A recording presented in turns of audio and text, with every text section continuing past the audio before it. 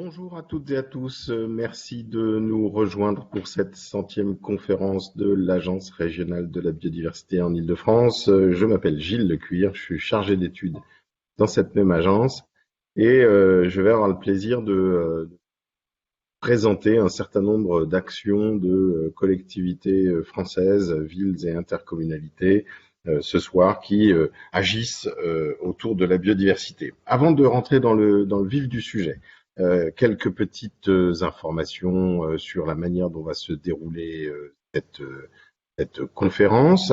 Vous ne pouvez communiquer avec nous que de deux moyens. Pour poser vos questions sur le fond, vous avez sur la partie droite de l'écran le petit icône Q et A, Question and Answers, questions et réponses, dans lequel on vous demande de poser vos questions auxquelles je répondrai par tranche. Toutes les 10 minutes, je ferai une pause dans mes sujets pour pouvoir répondre à vos questions, de manière à ce que ce soit pas non plus trop long et monolithique. Vous avez, en montant au-dessus, en dessous du symbole du nombre de participants et des personnes, une fenêtre de chat. Ce chat de l'événement, on vous propose de l'utiliser là pour faire des remarques, pour partager des ressources que vous avez, des choses que vous avez faites ou dont vous avez connaissance, pour échanger avec les autres participants. Donc, essayez de bien rester dans ces deux types d'usages. Je suis accompagné ce soir de ma collègue Gwendoline Grandin qui va, elle, se faire votre porte-parole et poser vos questions, me poser vos questions. Donc, posez bien vos questions dans la partie Q et A et vos commentaires complémentaires dans la partie chat de l'événement. Nous sommes ensemble pour 1h30. Je vais faire 6 sessions de 10 minutes d'exemples et de présentations sur la base d'images d'actions de collectivités en faveur de la biodiversité. Puis à chaque fois, après 10 minutes, on fera une pause de 5, enfin, on prendra 5 minutes pour répondre à vos questions sur le sujet qu'on aura vu. En bas de votre écran, vous avez un petit curseur qui vous permet normalement de régler la proportion entre la présentation que je partage avec vous et puis la vidéo de moi, en l'occurrence, ou de ma collègue Gwen Grandin. Donc, vous pouvez gérer selon vos préférences pour avoir peut-être moins de vidéos et plus d'images présentation à votre choix. Cette conférence est enregistrée et elle sera disponible en replay rapidement, de même que mon support de présentation qui sera mis à votre disposition. Vous verrez que je vous ai mis plein de petits liens vers des choses à lire ou des vidéos à voir pour, si vous avez envie d'en savoir plus sur ces près de 50 exemples dont je vais vous parler aujourd'hui. Je vais commencer par vous parler, donc je vais faire 6 blocs pour que ce soit pas trop long et voilà, ennuyeux. Le premier sera sur la connaissance et la protection de la nature. Le deuxième plutôt sur les exemples de gestion écologique. Le troisième sur tout ce qui concerne les arbres et les forêts. Le quatrième sur l'agriculture et la biodiversité. Le cinquième sur l'eau et la biodiversité. Et enfin, on finira avec les questions de participation citoyenne. Et donc, pour commencer, tous les exemples que je vais vous montrer sont issus d'un programme qui s'appelle le concours Capitale française de la biodiversité. C'est un programme qui est né en 2009 dans le cadre, à l'époque, d'un programme européen dit LIFE, avec 5 autres pays européens, dont la France. Et puis, ça a tellement bien marché en France que depuis, ça ne s'est jamais arrêté. Et bien, on a commencé en 2009, première édition et en 2010, et vous voyez, on est maintenant en train même de préparer l'édition 2022. Je vous en parlerai tout à la fin. C'est un concours, donc c'est un outil de communication qui comprend un questionnaire d'évaluation, mais qui aussi s'appuie sur des visites de terrain, des ateliers, des webinaires pour partager la connaissance, qui est une machine à récolter les bonnes pratiques, et chaque année on publie un recueil d'actions, et j'espère que je vais pouvoir vous démontrer que l'utilité de ce concours, justement sur cet aspect partage de bonnes pratiques. Et puis bien évidemment, il y a des lauréats. Ce n'est pas une compétition, c'est très amical, mais il n'empêche, chaque année, on décerne un trophée dans chaque catégorie, meilleur village, meilleure petite ville, meilleure ville moyenne, meilleure grande ville, meilleure intercommunalité. Et l'un de ces 5 est élu capitale française de la biodiversité et est le porte-étendard pour l'année. Et puis chaque année, il y a un thème différent, ce qui permet d'aborder la question des politiques publiques en faveur de la biodiversité sous différents angles. C'est un concours. Là, je vous ai mis les co-organisateurs. Je ne vais pas m'étendre sur qui organise quoi, mais il y a aussi beaucoup de partenaires nationaux et régionaux. Si ces choses-là vous intéressent, je vous répondrai dans la partie discussion ou je vous renverrai vers notre site internet. Donc, premier élément, la connaissance sur la biodiversité. Et je commence avec un exemple d'un petit village de Lozère, Saint-Privat-de-Vallongue. Je crois que c'est moins de 200 habitants. Et qui a réalisé un atlas de la biodiversité communale. Un atlas de la biodiversité communale, c'est peut-être très courant pour certains d'entre vous, mais je rappelle ce que c'est. Il s'agit d'abord de faire l'état de ce que l'on sait de la nature sur la commune, quelles sont les connaissances déjà existantes, donc on les rassemble. Sur évidemment les habitats naturels, la flore, la faune, la fonge, les champignons, mais aussi les fonctionnalités écologiques, la pédologie, les sols, l'hydrologie évidemment, très important, la manière dont l'eau irrigue ou s'écoule sur le territoire, et puis ce qu'on appelle la trame verte et bleue, c'est-à-dire les continuités écologiques fonctionnelles pour les êtres vivants. Et puis ensuite, à partir de ce premier portrait de la biodiversité, on complète avec des études de terrain, soit faites par des professionnels, soit par des bénévoles, mais qui sont de niveau professionnel, issus notamment des associations naturalistes, mais aussi avec, bien souvent, et c'est le cas à Saint-Privat-de-Vallongue, la participation des habitants à leur niveau, avec leur niveau de compétences, de connaissances, via des atlas photographiques, via des programmes de sciences participatives, et puis ensuite, établir, à partir de cette connaissance vraiment approfondie de la biodiversité, un plan d'action. Il faut souligner là en Cévennes que le rôle du Parc national des Cévennes est vraiment très important pour accompagner un petit village comme ça qui n'a pas évidemment des compétences en interne, qui a peut-être deux agents communaux et qui ont beaucoup de choses à faire. Vraiment, le rôle du Parc national est absolument majeur et c'est lui qui coordonne les atlas de la biodiversité communale avec l'animateur de la réserve de biosphère, le syndicat des Hautes-Vallées Cévenols. Donc, les partenaires de la collectivité, là, sont vraiment très importants. On peut faire des espaces exceptionnels de nature et les protéger, y compris dans des milieux très contraints, dans les milieux notamment urbains. C'est le cas de Grande-Synthe. Grande-Synthe, c'est dans le nord, c'est bordé par un littoral d'industrie lourde et ils ont réussi à protéger des espaces qui étaient très intéressants, à les gérer de manière écologique, jusqu'à arriver finalement à ce que ces espaces soient même classés en réserve naturelle régionale. Donc voilà une trajectoire de 10 ans qui montre que même là où on pense que finalement on peut pas avoir de la nature exceptionnelle. Eh ben si, on peut aussi avoir de la nature exceptionnelle dans des milieux comme dans des milieux urbains ou périurbains. Et même à Lille, la ville travaille. Alors là, on est dans une beaucoup plus grande ville qui a y compris un écologue en interne, donc des compétences en interne et qui s'adjoint des compétences de partenaires associatifs d'études. La ville travaille à favoriser l'accueil de la faune, mais aussi de la flore, sur le bâti, essentiellement le bâti patrimonial, mais pas seulement, avec ici des exemples d'aménagement pour, à gauche, les chauves-souris dans le patrimoine historique de la citadelle Vauban, et puis à droite, à chaque fois que la ville fait des rénovations dans ses clochers ou dans ses beffrois, eh bien dès l'amont du projet sont prévus des aménagements pour favoriser l'accueil des oiseaux, mais de certains oiseaux, c'est-à-dire des oiseaux qu'on choisit. Il y a des oiseaux désirés et des oiseaux non désirés. Les pigeons, on fait en sorte qu'ils ne viennent pas dans les clochers pour éviter d'avoir trop de fientes sur le bâtiment. En revanche, les martinets, les rapaces, on cherche au contraire à leur donner des conditions d'accueil. Et puis là encore, ce sont des lieux très importants pour l'accueil des chauves-souris. Ce sont des travaux qui sont très peu coûteux à condition d'être pris d'avoir un bon dialogue entre le service bâtiment, l'architecte des bâtiments de France et les spécialistes du vivant.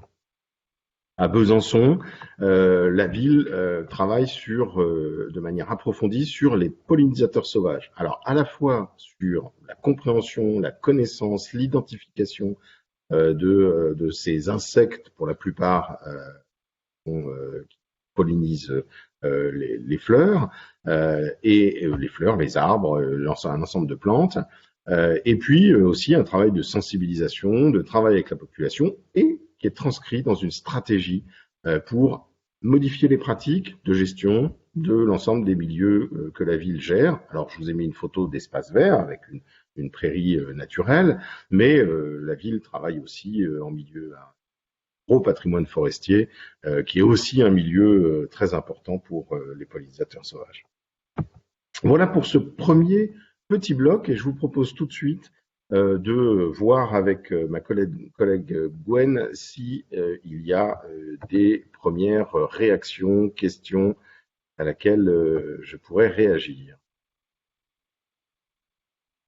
Bonsoir à tous. Alors pour l'instant, Gilles, tu n'as pas eu encore de questions, enfin du moins sur la thématique que tu as abordée. Il y en a une, mais qui est un peu hors sujet par rapport à la connaissance et la protection de la nature. Mais vu que c'est la seule, je propose de te la poser quand même tout de suite. Oui, bien sûr. Ça concerne en fait la problématique des bâtiments qui sont plutôt vitrés et la collision avec les oiseaux. Et donc c'est Casia qui se demande si en fait il y a déjà des collectivités qui sont impliquées justement pour Oui. réduire ces effets sur les bâtiments. Oui, bien sûr. Il y a vraiment de nombreuses collectivités qui prennent en compte cette question de la collision, qui est en fait les collisions des oiseaux avec les bâtiments. Elles sont dues à deux phénomènes.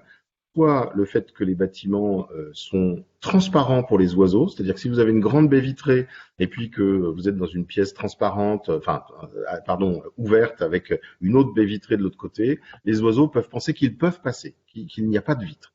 Et l'autre phénomène, c'est le reflet, au contraire, c'est-à-dire que dans une vitre, il peut y avoir le reflet d'un arbre qui est en face de la vitre, et l'oiseau peut penser qu'il y a un arbre, et ça provoque des collisions, et chaque année, il y a une mortalité certaine, importante, d'oiseaux dans des bâtiments. C'est pas forcément que des grandes tours, mais même si évidemment elles ont un plus grand impact, ça peut être aussi sur des petits bâtiments. Et là vraiment, il faut se tourner vers des associations de protection de la nature spécialistes des oiseaux au niveau local. Je peux citer la Ligue pour la protection des oiseaux, évidemment, mais ça pourrait être dans le Nord, le groupe ornithologique du Nord, qui peuvent vous conseiller. Il y a des dispositifs, il y a des manières, il y a des petits stickers, il y a des choses, il y a des manières de limiter les dégâts, mais évidemment, on va pas le mettre sur toutes les vitres. Il faut aussi le faire là où il y a un risque. Et c'est là que les spécialistes des oiseaux peuvent vous aider en venant voir et en pouvant vous dire, bon bah oui, là, il y a un vrai risque ici. Ce serait bien de mettre quelques dispositifs de stickers qui vous permettent de continuer à voir à travers la vitre, mais qui vont limiter les collisions. Alors, je ne vais pas rentrer sur les questions des collisions avec les éoliennes, parce que c'est évidemment un très grand sujet pour les oiseaux, notamment migrateurs, mais aussi pour les chauves-souris, parce que c'est pas pour le coup dans le champ de compétences des collectivités. Donc là, je vous renvoie vraiment aux travaux, notamment de la Ligue pour la protection des oiseaux, qui a pu publier d'autres des études sur ce sujet précis.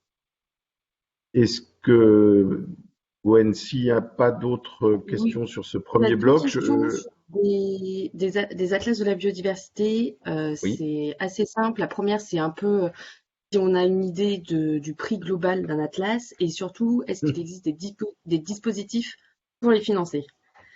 Bien sûr. Alors, c'est très peu cher. Enfin, pour une ville importante avec un assez étendu, ça peut être quelques dizaines de milliers d'euros parce que il y a vraiment un gros travail à faire. Mais sinon, on est dans cet ordre d'idée, on est dans quelques milliers d'euros à dizaines de milliers d'euros. Il faut penser que voilà, un atlas de la biodiversité dans une ville moyenne ou dans une ville importante ou dans une communauté d'agglo, c'est un dixième de rond-point. Un rond-point en moyenne en France, c'est 1 million d'euros d'investissement. Donc un atlas de la biodiversité, ça coûte vraiment pas grand-chose et ça va ensuite irriguer votre plan local d'urbanisme, vos différentes stratégies. Vous allez connaître ce qu'il y a sur votre territoire, vous allez pouvoir en tenir compte, anticiper les risques, notamment les risques juridiques du fait de la présence d'espèces protégées qui pourraient impacter les projets de la municipalité ou de l'intercommunalité. Donc c'est aussi une assurance, c'est un investissement, même si souvent le problème c'est que c'est de la dépense de fonctionnement. Alors, vous pouvez avoir de l'aide de l'Office français de la biodiversité essentiellement, qui a fait, en tout cas dans les 3 ou 4 dernières années de mémoire, des programmes de financement de ces atlas de la biodiversité. Donc, cherchez Office français de la biodiversité et vous trouverez évidemment les programmes Atlas de la biodiversité qui, aujourd'hui, on essaye de les favoriser à l'échelle intercommunale pour être y compris en lien avec les politiques publiques d'aménagement du territoire, mais aussi de gestion des milieux aquatiques et de prévention des inondations. Ça va? Je continue? Oui, je peux continuer. Ouais.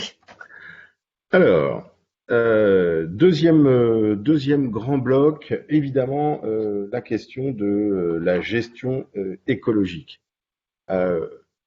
L'élément évidemment fondateur de ces 10 dernières années, qui avait commencé dans les années 2000 pour les pionniers, c'est le passage au zéro pesticide, l'objectif zéro pesticide, le fait que les collectivités publiques aujourd'hui n'utilisent plus de par la loi de produits phytosanitaires d'origine chimique dans leurs espaces verts et leur fleurissement.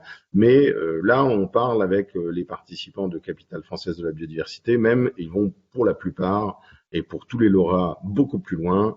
Ils sont dans leur quasi-intégralité au zéro pesticide total. Et quand on dit zéro pesticide total, c'est qu'ils s'astreignent à ne pas utiliser de produits qui comportent une marque de danger.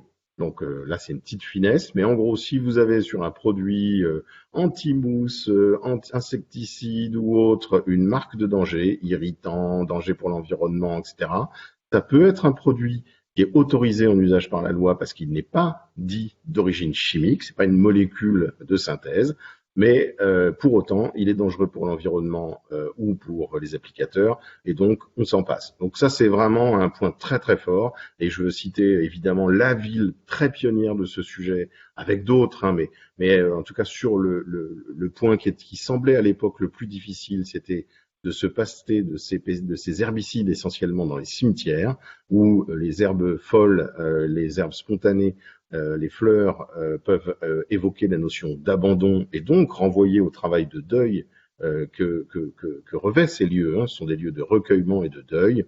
Et là, vraiment, toutes les bases de la gestion écologique des cimetières, qui, vous le voyez, ne dit pas qu'on ne gère pas, mais on met en scène la gestion, et on a une gestion beaucoup plus naturelle. Et vraiment, c'est Versailles qui a été un des fers de lance de cet élément très fort, qui a été jusqu'à influencer la loi pour que les choses évoluent. Et il nous reste maintenant quelques pointures encore sur des terrains d'honneur de sport, mais c'est en train vraiment voilà, les solutions sont en train d'être trouvées par les professionnels. Sur la gestion écologique, moi je vous montre là vraiment le top. Ce que nous on trouve d'être au top, c'est vraiment la place faite à la naturalité.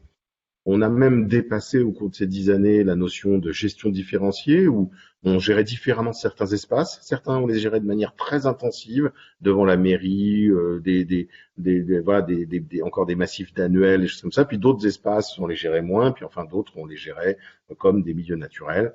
Là maintenant, on a même des collectivités comme ici Saint-Lunaire en Ille-et-Vilaine, en Bretagne, qui réservent un tiers de leur parc, on voit pas, c'est le parc de l'église, donc c'est vraiment en centre-ville, pour des zones qui vont être fauchées tous les 2 ou 3 ans, pour vraiment laisser les bisannuels s'exprimer. Vous avez un petit espace de sable qui est mis à disposition des abeilles sabulicoles qui vont nicher dans le sol. Bon, il y a vraiment, et puis cette notion de défense de zone où le public ne va pas. Alors, il y a des petits chemins en fait. Il peut aller à travers ça, mais il y a par des chemins délimités. Donc ça, c'est vraiment quelque chose. Autre élément à Saint-Lunaire, les 5 agents communaux, c'est une ville, mais une ville balnéaire, qui multiplie par 5 ou de mémoire par au moins 5 sa population en été. Les agents communaux qui font l'entretien des rues ont été formés à la reconnaissance de 5 plantes spontanées des trottoirs qui font des fleurs. Et quand il nettoie les trottoirs, eh bien, il laisse ces 5 types de fleurs. Et quand vous allez à Saint-Lunaire, l'été, c'est formidable parce que c'est une ville qui est absolument fleurie et qui a pourtant aucune jardinière. Et y compris, vous avez bien compris que ce sont des économies pour la collectivité que de faire avec la naturalité et de mettre en place une gestion frugale. Autre exemple, toujours en Bretagne, mais on pourrait, je pense qu'on peut en trouver aujourd'hui ailleurs, c'est la gestion des bords de route. Vous savez que évidemment il y a des questions de sécurité, il faut faucher pour qu'on puisse voir notamment dans les virages ou les intersections les autres usagers de la route. Mais il y a aussi la question des fossés qui bordent ces routes. Or, la fauche traditionnelle ou le gyrobroyage traditionnel a tendance à accumuler de la matière organique au fond des fossés. Et donc, plus vous avez de cette matière organique, d'azote au fond des fossés, plus vous avez des plantes qui vont pousser haut, vite, dru, et plus vous devez faucher. Là, on inverse les choses. On fait une fauche des bords de route avec exportation. Vous devinez peut-être à l'arrière le tuyau qui va dans une benne et qui donc aspire le produit de la fauche. Ce produit de fauche va être valorisé dans un méthaniseur avec d'autres coproduits de l'activité agricole, par exemple, et ça permet progressivement d'appauvrir en nitrate ces fossés pour avoir à la fois une pousse plus lente et aussi une diversification du cortège floristique. Et la collectivité fait évidemment des inventaires floristiques pour mesurer cet impact sur la flore des bords de route. Alors je vous ai mis 3 exemples bretons, mais mon choix est évidemment partiel et partial et pas du tout géographique. Je les ai pris tels qu'ils venaient. Au Val-d'Ille-Aubigné, une petite communauté de communes rurales, ils ont établi une stratégie trame verte et bleue, ces fameuses continuités écologiques du territoire que les êtres vivants, alors la faune essentiellement, mais la flore aussi a ses propres trames évidemment, et que les êtres vivants empruntent pour se déplacer, se nourrir, se reproduire. Et ensuite, ils ont mis en place un plan d'action, et un plan d'action qui n'est pas forcément de construire des grands ouvrages très chers, des grands passages à faune, mais déjà d'identifier tous les passages sous voirie qui existent et de les améliorer pour qu'ils puissent fonctionner, pour que les animaux puissent les emprunter. Donc vous voyez là, ils ont mis tout simplement un peu de platelage bois vertical pour cacher la vue des voitures qui passent sur cette route, pour que les animaux ne la voient pas. Et puis, la végétation, au lieu d'être coupée, elle est conduite pour former une voûte. Et vous apercevez même sur le côté gauche des nouvelles plantations qui ont été faites justement pour essayer de rassurer la faune et de faire un petit corridor vert au-dessus de ce passage pour que le passage soit fonctionnel. Voilà quelques exemples de gestion écologique auxquels je vous propose de réagir, de compléter si nécessaire par évidemment vos propres expériences. Alors Gilles, tu as une première question sur la tonte et justement sur en fait la hauteur de tonte qui est réalisée dans les parcs et jardins avec justement est-ce que la plupart des tondeuses classiques, est-ce qu'elles tombent pas trop bas et est-ce que ça peut impacter finalement les insectes qu'on peut retrouver? Oui. Alors plus on élève la tondeuse, souvent on tombe à 3 cm. Courant de régler les tondeuses au plus bas parce qu'on veut que ça fasse propre. En fait, il faut comprendre qu'un brin d'herbe, un brin de gazon, d'herbe raminée, si vous le coupez de plus d'un tiers de sa hauteur, il va se sentir agressé, il va être en danger, et donc il va vite prendre dans le sol de la ressource, des nutriments et de l'eau pour très vite reconstituer sa feuille pour pouvoir sauver sa vie. Donc plus vous le coupez court, plus il va repousser vite. Donc là aussi, il y a une notion de remonter la hauteur de coupe pour couper moins haut. Et puis en faisant ça, donc une tondeuse de particulier, elle peut monter jusqu'à de mémoire 8 cm. Eh ben monter à 8 cm, vous allez tondre beaucoup moins souvent votre pelouse et surtout vous allez préserver des pâquerettes, vous allez préserver des petits pissenlits, des petites fleurs qui sont pas hautes et qui vont embellir la pelouse. Alors évidemment, ce ne sera pas forcément un gazon si on veut un gazon très net un green de golf, bah, évidemment, c'est pas du tout le même type d'entretien. Mais en tout cas, monter de 3 à 8 cm, c'est déjà très bon. Pour les équipements professionnels, nous, les écologues, les naturalistes, essayent de proposer de monter, même un peu au-delà, hein, de monter entre 10 et 15 cm si possible. Là, c'est la garantie que si on n'est pas sur une zone où il y a beaucoup d'usages, qu'on va vraiment limiter les poches et qu'on va préserver beaucoup plus d'insectes. Et puis ensuite, il y a la notion de fauche plutôt que de tonte. Et là, il faut être équipé de barres de fauche pour vraiment couper les graminées à une quinzaine de centimètres ou une dizaine de centimètres maximum de leur base, et puis ensuite pouvoir les ramasser pour faire du foin ou mettre au compost, et donc exporter cette matière des prairies. Et là, on parle plutôt de prairies que de pelouse. Deuxième partie de la question, c'est parfait, c'était concernant justement le fait de comment laisser en fait les prairies se développer en ville. J'ai répondu Euh, grâce à la question. Ouais, puis alors là, il y a vraiment l'exemple, je vous ai pas mis de photos forcément de gestion différenciée, mais on en a beaucoup, c'est la mise en scène. C'est-à-dire que l'usager, le citoyen, le promeneur, si vous avez dégagé une largeur de tondeuse le long du chemin en stabilisé dans le parc, ou deux largeurs de tondeuse, si vous avez laissé l'agent qui fait la tonte ou la fauche avoir l'initiative de dessiner des formes dans la prairie, des chemins, des zones où des zones où on va pouvoir s'allonger, et de laisser à côté la prairie naturelle qui peut être beaucoup plus haute, qui peut être de 30, 40, 50 centimètres, eh bien vous mettez en scène que c'est une prairie et que ce n'est pas un espace non géré. Donc vraiment la clé là, c'est la mise en scène de l'entretien. Ça ne veut pas dire qu'on n'entretient plus, ça veut dire que on montre qu'on entretient certaines zones et qu'on met en valeur d'autres zones, y compris du point de vue paysager.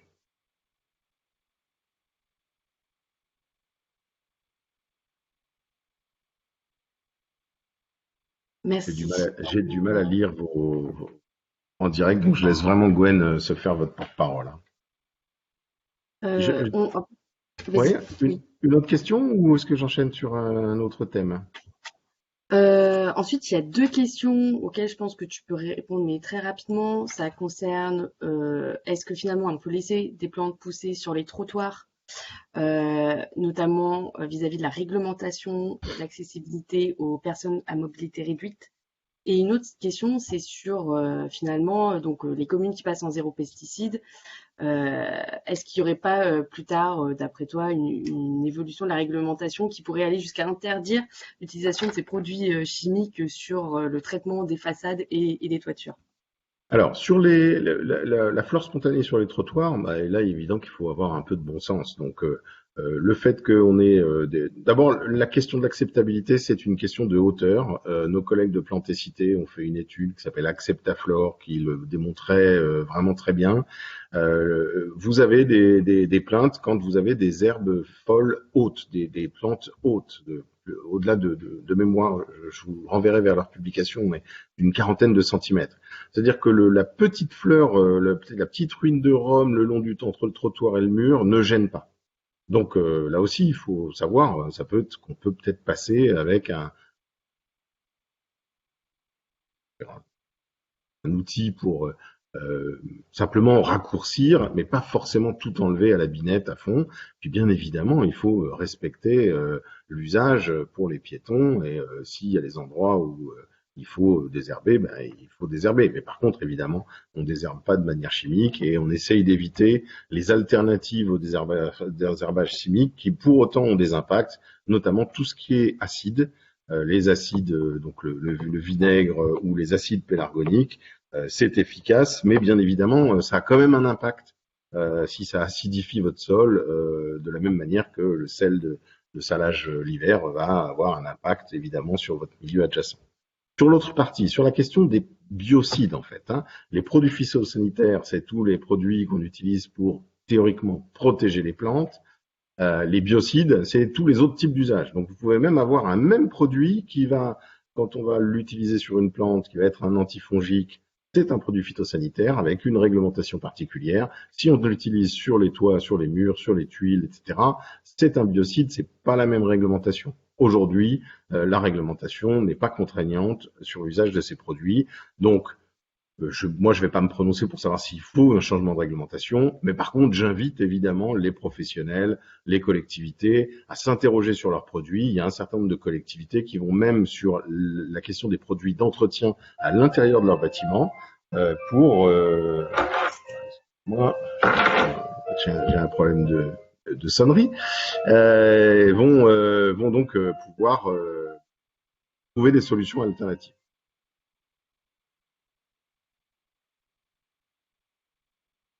Merci, je t'en prie, tu peux continuer ton déroulé.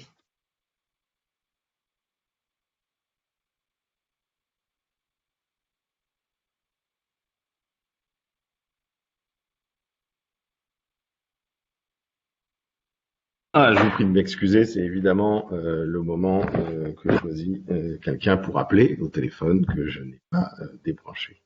Je passe donc à une autre manière de vous parler, de vous témoigner des actions de ces villes de toute taille, villages, de ces intercommunalités rurales, mais aussi urbaines, voire des métropoles, sur le thème des arbres et de la forêt. Et là, je passe à vraiment une collectivité beaucoup plus grande, le Grand Lyon, la métropole de Lyon, qui, elle, a développé ce qu'on appelle le plan Canopé, qui aujourd'hui se développe dans de nombreuses grandes villes, qui est une inspiration plutôt nord-américaine et anglo-saxonne, notamment au Canada et Grande-Bretagne.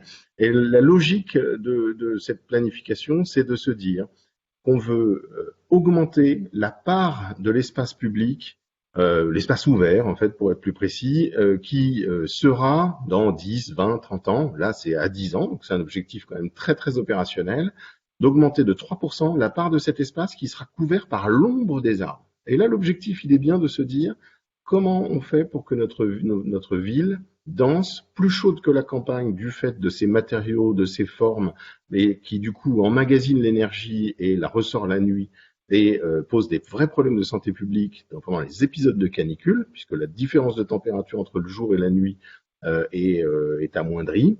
Et donc la question c'est comment est-ce qu'on fait pour avoir plus d'ombre, pour qu'il fasse plus frais quand il y a grand soleil et grande chaleur, mais aussi que ces arbres ces arbres en fait c'est toute la végétation dans le plan lyonnais, grand lyonnais, qu'ils disposent d'eau, parce que un arbre en été en pleine canicule, pour résister à la canicule, s'il n'a plus d'eau, il va juste fermer tous ses pores, ses stomates, et il va attendre que l'épisode de canicule passe, il va se protéger, et du coup il va pas transpirer de l'eau, il ne va pas évapotranspirer, ce qui peut donner un peu de fraîcheur supplémentaire. Donc là, la métropole fait vraiment un gros travail, à la fois sur le plan canopé, mais aussi sur son plan ville perméable, pour favoriser le stockage d'eau dans les sols, voire dans du stockage disons en dur, pour une utilisation éventuelle dans les moments de très très forte chaleur, pour voilà, donc c'est un travail avec à la fois de l'expérimentation, de l'animation, et le point important, c'est que cet objectif à la fois de plantation, mais aussi de gestion du patrimoine existant, hein, on peut augmenter la canopée tout simplement en laissant les arbres se développer selon leur port naturel. Et la métropole travaille avec, évidemment, essaye d'associer, elle y arrive avec sa charte de l'arbre, les acteurs privés, puisque 80% du territoire concerné n'est pas de maîtrise publique, ni les communes, ni la métropole, et fait un gros travail d'animation, de formation, de travail collectif. Donc on n'est pas du tout simplement dans un objectif chiffré, qui se dirait, bah voilà, on se donne un objectif chiffré, puis on regardera dans 10 ans si on l'a atteint, mais c'est bien un plan d'action, une stratégie quotidienne.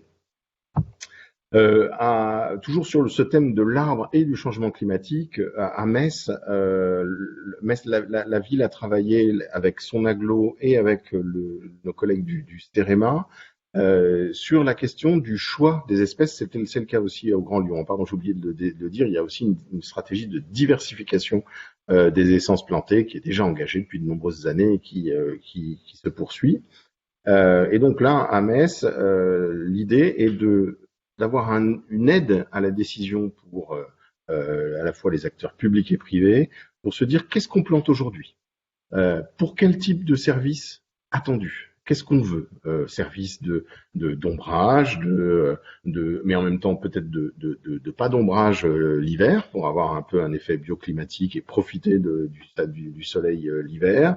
Des services récréatifs, des questions de résistance à ce qu'on imagine qui va se produire du fait du changement climatique, sécheresse plus intense, épisodes pluvieux plus violents, tempêtes. Bref, l'idée, c'est d'avoir une aide à la décision pour essayer, non pas d'avoir une recette magique, mais en tout cas de sortir de l'incertitude pour les gestionnaires et les acteurs qui plantent des arbres, qui choisissent de planter des arbres aujourd'hui, qui les élèvent, pour les pépiniéristes qui répondent à ces commandes. Autre élément, les haies, évidemment. Les haies, alors je les ai mis dans les arbres, hein. Il y a des buissons dans les haies, mais les haies, c'est souvent quand même des arbres. Et ici, je vous ai mis un exemple dans la communauté d'agglomération Maubeuge-Val de Sambre, toujours en lien avec la limitation des risques. On est là dans ce qu'on appelle les solutions fondées sur la nature pour résoudre des enjeux de politique publique essentiellement.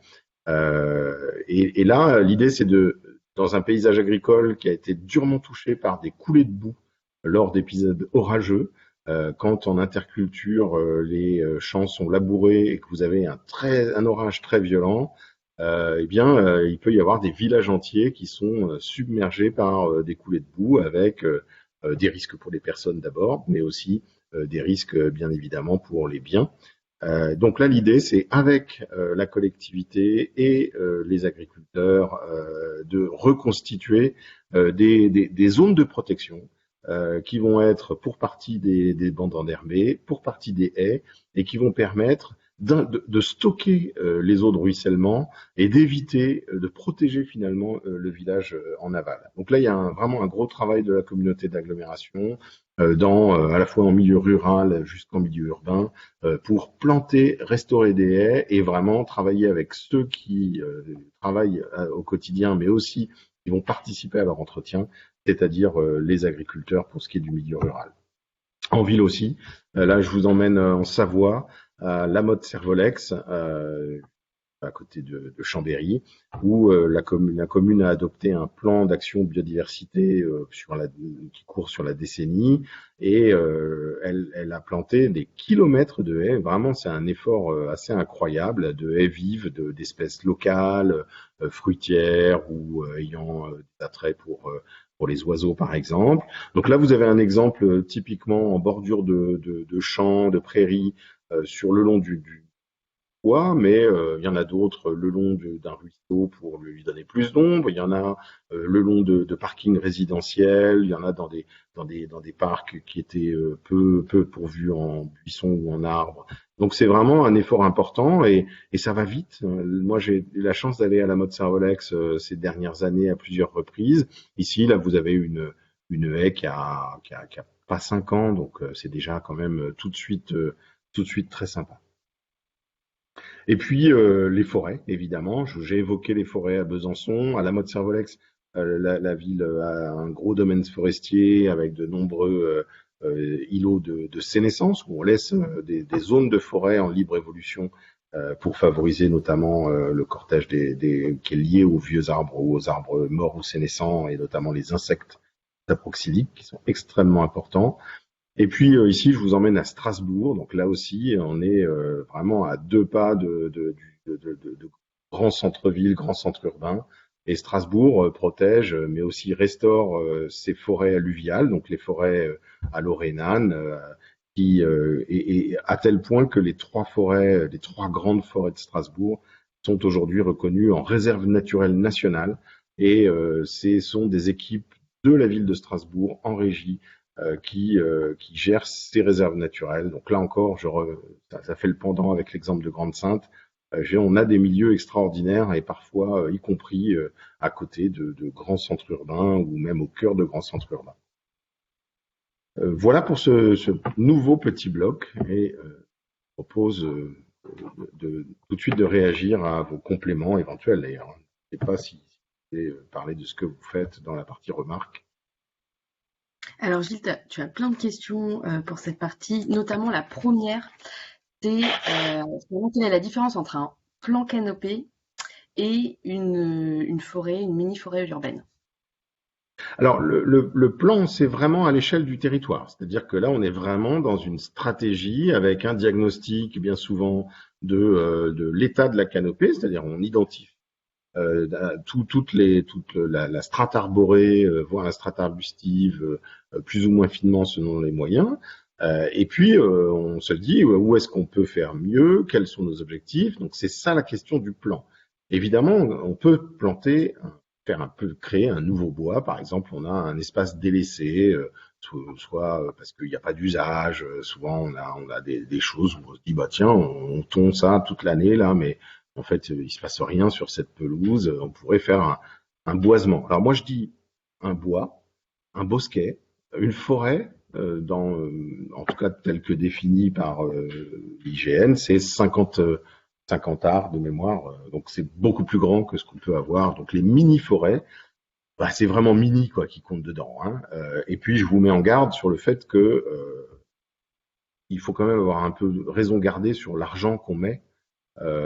Voilà, planter énormément de plants qu'on achète, des plants forestiers sur 5000 mètres carrés et puis en voir mourir plein dans les 3 premières années, au nom d'une méthode qui est peut-être très intéressante, c'est quand même un coût très fort. Si en plus vous déléguez ce travail à des professionnels de la profession qui enfin, se payent avec ça, ça peut très vite vous coûter cher. Donc moi, je vous invite à la prudence et à faire vraiment essayer de raison garder et de privilégier la marque végétale locale dans vos fournitures d'arbres, des arbres simples, locaux, résistants.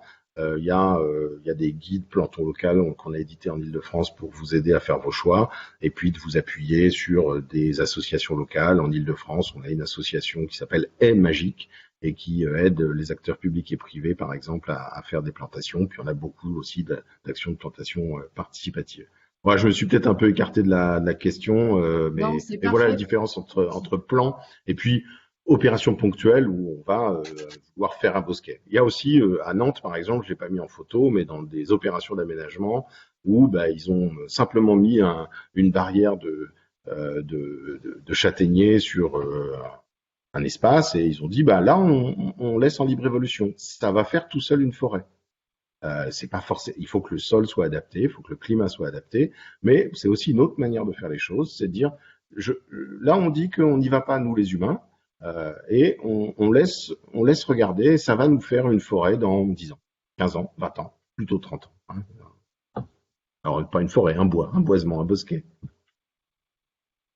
C'est parfait, c'est très complet comme réponse parce que c'était la deuxième grosse salle de questions. C'était justement pour avoir ton avis sur ces nouvelles modes de créer des mini-forêts urbaines en ville avec des techniques hein, qui viennent un peu de partout et de savoir comment on peut faire. Et du coup, la libre évolution, ça fait tout à Voilà, fait mais sens. maintenant, planter, enfin on y reviendra dans la dernière partie sur la partie citoyenneté, c'est important de pouvoir donner envie. Donc l'intérêt au moins pour moi de ces dispositifs, c'est de donner envie aux habitants de planter des arbres. Donc ça c'est génial. Maintenant, il faut là aussi trouver le juste équilibre et je pense voilà, il y a des faut pas tomber dans l'excès et essayer de faire des choses qui soient durables et pas trop chères. Tu avais d'autres questions sur la partie arbre? Mais sur la question de la gestion, finalement, est-ce que Oui. un entretien trop fréquent ou un entretien finalement presque tout court aurait un impact sur la biodiversité en ville, notamment pour les espèces animales et végétales, Euh, l'arbre lui-même? L'entretien de quoi? J'ai pas compris. De tout De espace l'arbre, vert ou de l'arbre? non, de l'arbre urbain. Ben, tout entretien, ça dépend ce qu'on appelle entretien, quoi. Il y a d'abord une question de sécurité quand on est en espace urbain. Les gestionnaires d'espaces verts ont vraiment ça en tête, hein. C'est que personne ne veut voir une branche tomber et blesser quelqu'un. Malheureusement, c'est arrivé, ça arrive et ça arrivera. Donc il y a d'abord l'aspect sécurité. Donc il peut arriver que ben, on doive élaguer ou voire abattre des arbres. Euh, au nom de la sécurité. Et ça, il faut vraiment faire confiance aux collègues. Il n'y a aucun collègue des espaces verts d'une ville ou professionnel qui va abattre un arbre par plaisir. Jamais. Donc, il faut faire confiance et c'est ça l'entretien. Et si on peut, il faut éviter de faire tout autre type d'entretien. Il n'y a pas d'autre entretien à avoir que l'entretien de sécurité, sauf si bien sûr on parle de verger, mais voilà, mais là ce sont des sujets que je connais pas, mais bien évidemment la taille de forme d'un fruitier, ce sont des choses un peu différentes. Voilà, je ne sais pas si ça répond vraiment à la question qui était posée, mais peut-être ça atteint mes propres limites.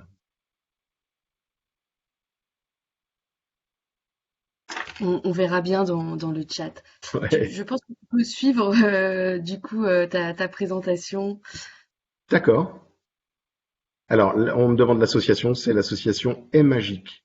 Est Magique, comme une haie, magique, en Île-de-France. Je vous encourage à aller regarder ce qu'ils font. Il y en a bien sûr d'autres. Regardez auprès dans votre collectivité ou auprès de votre voilà, listing des associations. Je suis sûr qu'il y a plein de gens qui font des choses intéressantes. Juste pour finir sur ce sujet-là, souvent on présente la plantation d'arbres participative comme ça au nom de la compensation d'une empreinte carbone d'une autre activité. Là aussi, nous, on est très critiques sur cette notion même. Compenser des tonnes de CO2 qu'on dépenserait dans des transports aériens, par exemple, en plantant une cinquantaine d'arbres sur un rond-point en ville, nous semble pas vraiment sérieux. Il faut vraiment limiter les émissions. Et si on veut vraiment aider à de la compensation, il faut financer des associations qui protègent des vieilles forêts ou des prairies qui sont les vrais puits de carbone. C'est les très vieilles forêts, les prairies permanentes qui sont les lieux de stockage de carbone. Donc, par exemple, le Conservatoire d'espaces naturels Auvergne-Rhône-Alpes propose aux entreprises ou aux personnes morales ou privées qui veulent compenser leur impact carbone, eh bien de financer de l'acquisition ou de la gestion de vieilles forêts, de prairies, de vergers anciens. Ça, on sait que ça a un impact positif. Planter un arbre urbain qui va avoir beaucoup de stress, qui va peut-être avoir une vie beaucoup plus courte parce qu'il a de la pollution, de la chaleur, etc. C'est aujourd'hui pas quelque chose que nous on conseille pour ce type d'activité. Voilà, ça c'est dit. Et du coup, je passe à la question de l'agriculture, avec évidemment un sujet sur lequel les collectivités françaises de niveau commune et intercommunalité n'ont pas forcément de compétences directes. Ce sont les régions qui ont en charge le travail notamment de financement européen pour les agriculteurs. Mais pour autant, on a des collectivités qui font des choses avec leurs agriculteurs, avec les acteurs du monde agricole. Et je vous emmène maintenant dans la métropole Rouen-Normandie, qui est une très grande métropole, à la fois avec un grand centre urbain, mais aussi vraiment de très nombreuses communes rurales tout le long des boucles de la Seine.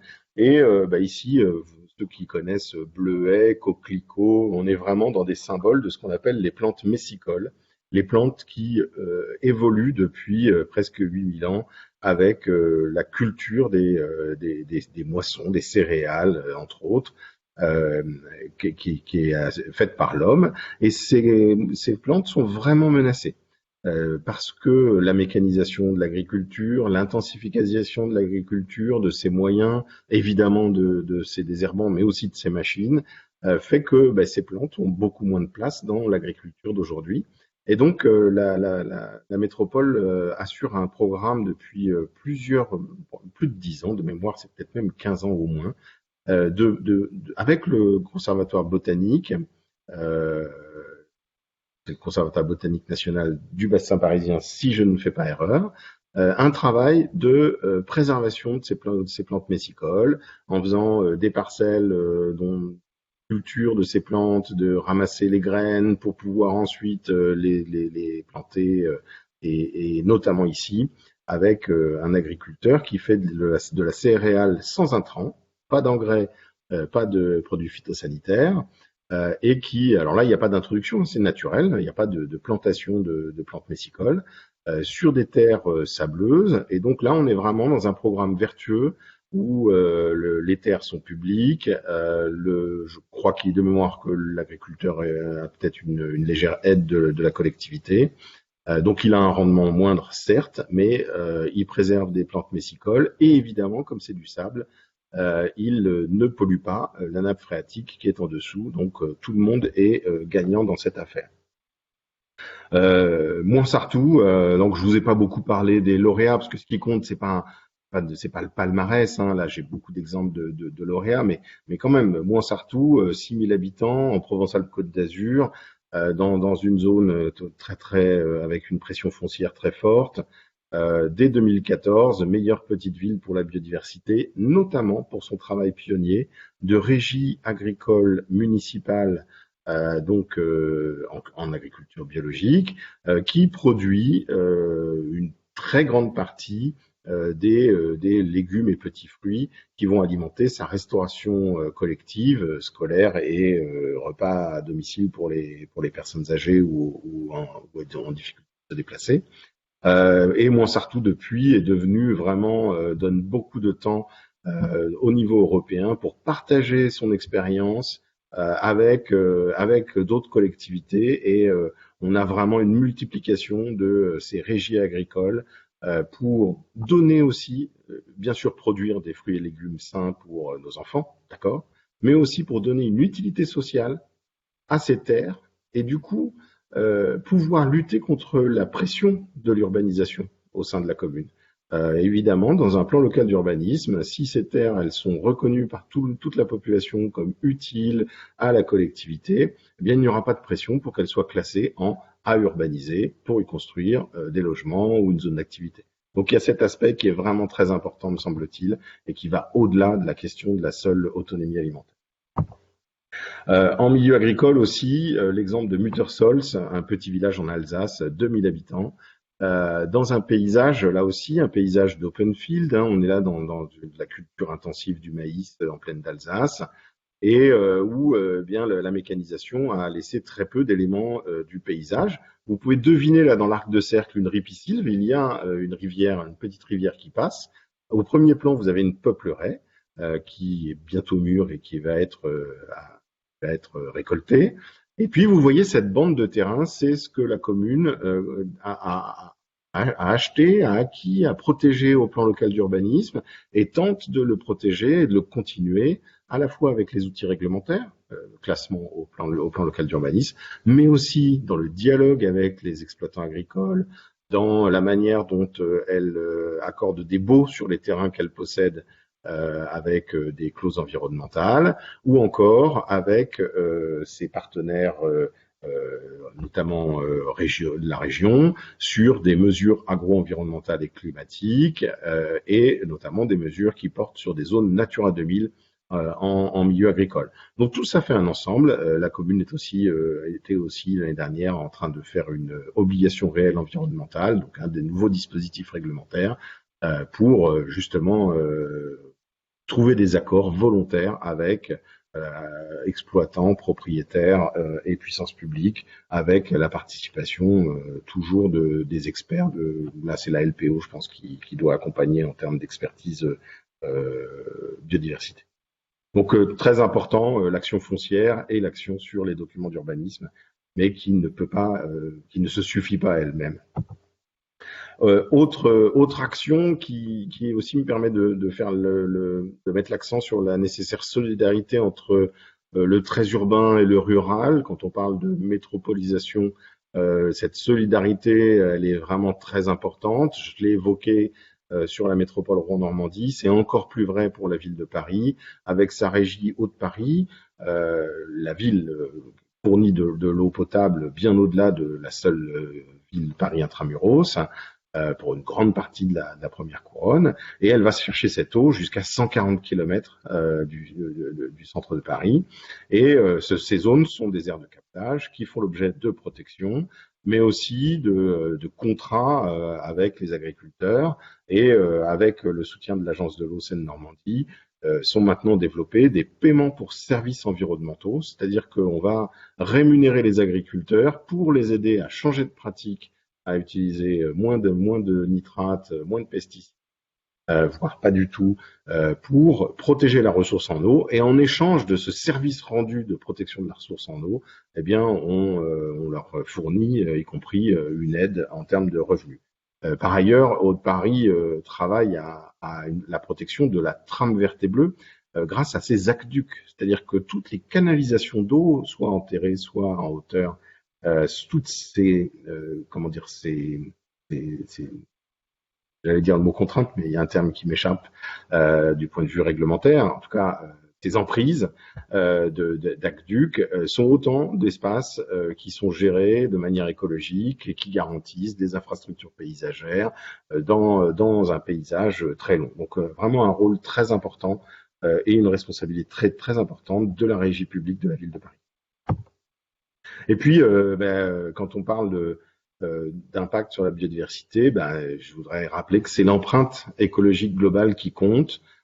Et vous donner l'exemple, pour nous, un des exemples les plus aboutis en Île-de-France d'éco-construction, c'est le travail de construction des écoles, mais aussi maintenant un centre de loisirs en matériaux locaux, biosourcés, dans des démarches participatives. C'est vraiment formidable.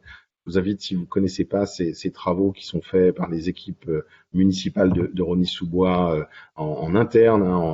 Il y a des architectes, des thermiciens qui sont des agents communaux et qui font un travail vraiment de pionniers, de pointe, avec des bâtiments formidables et qui partagent leurs connaissances. Là, vous avez un nombre de bottes de paille porteuses, avec de la paille, un enduit en pisé, des matériaux de réemploi. On aperçoit en haut une cheminée de ventilation naturelle pour aller même limiter tout ce qui est électronique. Donc tout ça, ça va avoir un impact, évidemment, sur la nature ailleurs. Donc la ville et l'action qu'on va avoir sur notre construction de bâtiments va avoir un impact positif ou négatif selon ce qu'on choisit ailleurs. Et là, il y a vraiment aussi un effort d'aller chercher des matériaux biosourcés, bois, paille, etc., mais qui soient dans la région Île-de-France, assez proche, etc.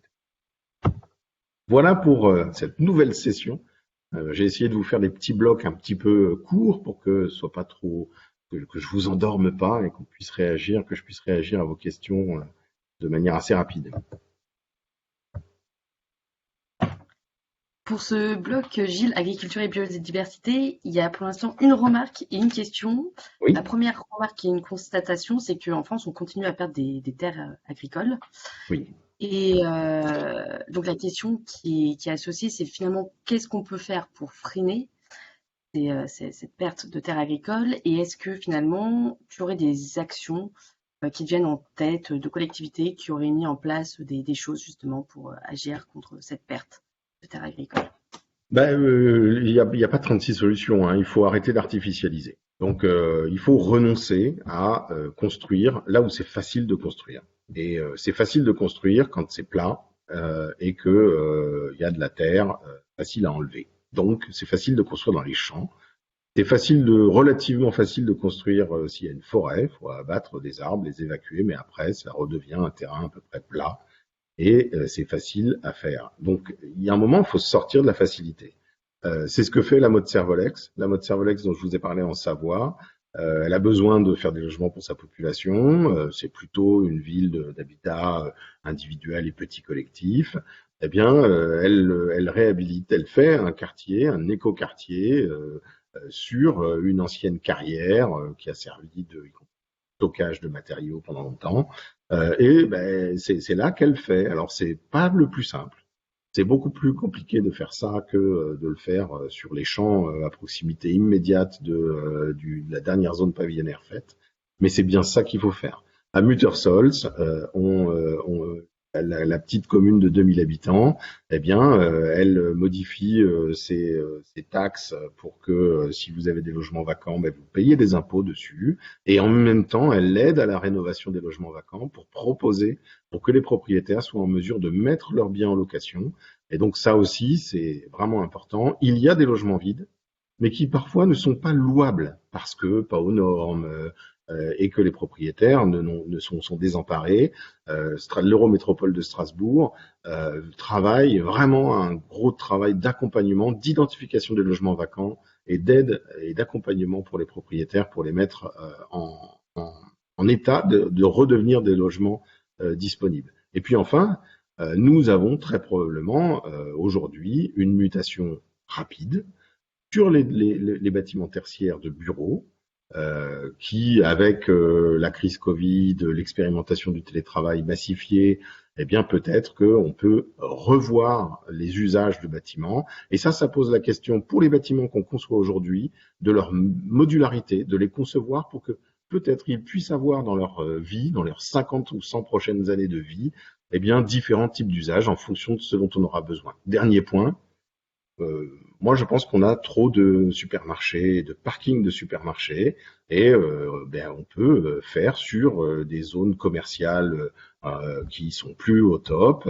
Eh ben oui, je pense qu'il faut se tourner vers ce type d'espace pour désimperméabiliser, recréer des quartiers avec des espaces verts, avec des logements, avec des petits commerces, là où on a des zones qui sont dont l'espace en fait est très très peu occupé.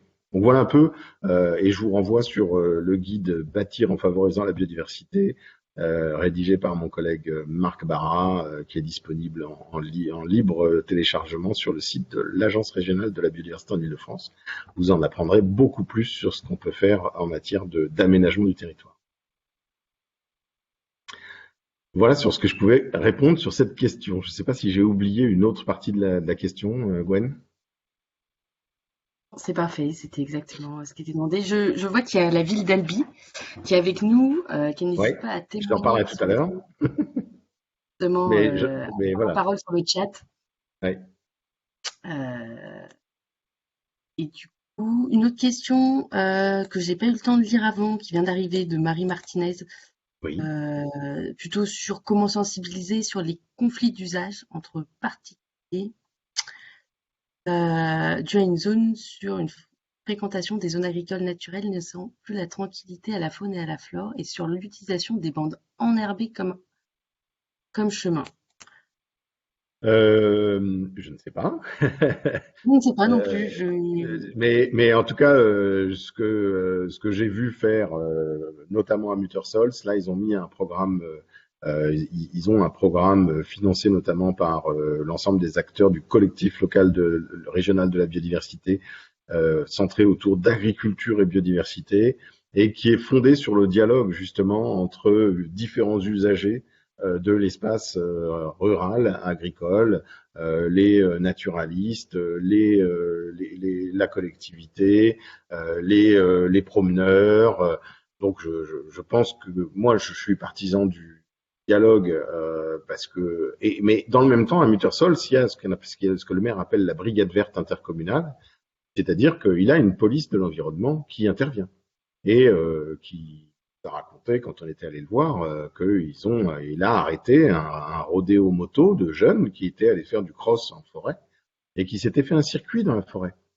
Là, on appelle la police et la police intervient et arrête et appelle les parents et met des amendes. Donc, ça n'est pas la seule solution.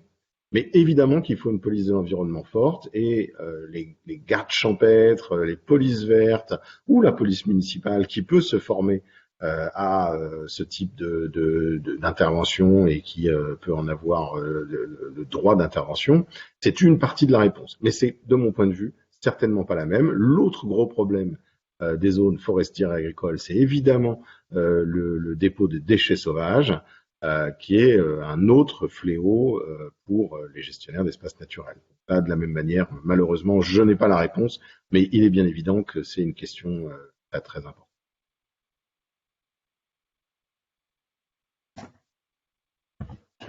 Pas d'autres questions, juste des remerciements pour tes compléments d'information et ta réponse aux questions. Et il y avait juste une question, savoir si le webinaire il serait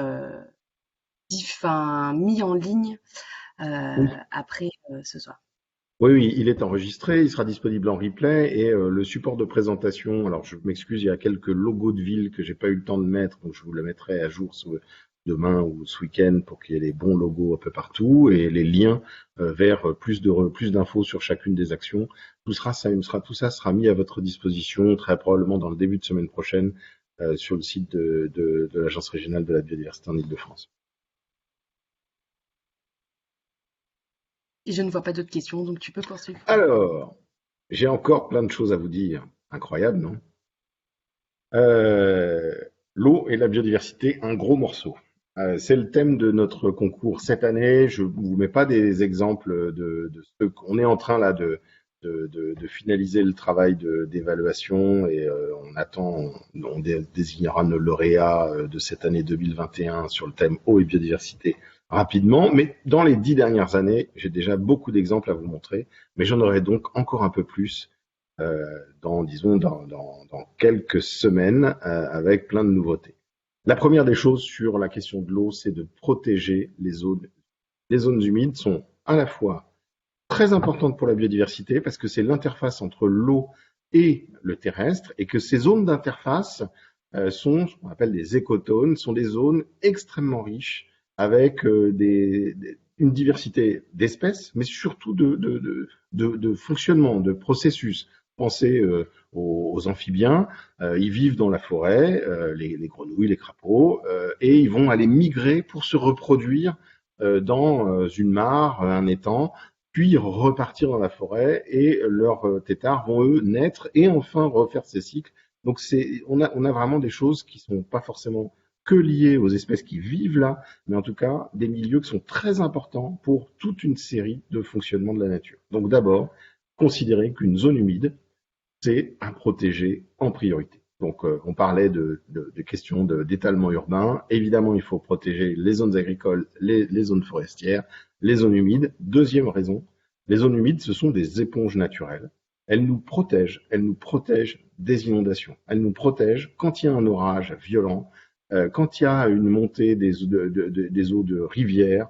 Les zones humides participent à assurer notre sécurité face aux inondations. Donc vraiment très important. Et là, je vous ai mis des très jolies photos d'une réserve naturelle des étangs de Bonnel. Bonnel, c'est une petite ville des Yvelines. Et là, c'est vraiment le fruit d'une protection d'un milieu il y a une dizaine d'années de mémoire, contre un projet de création d'une sportive de mémoire.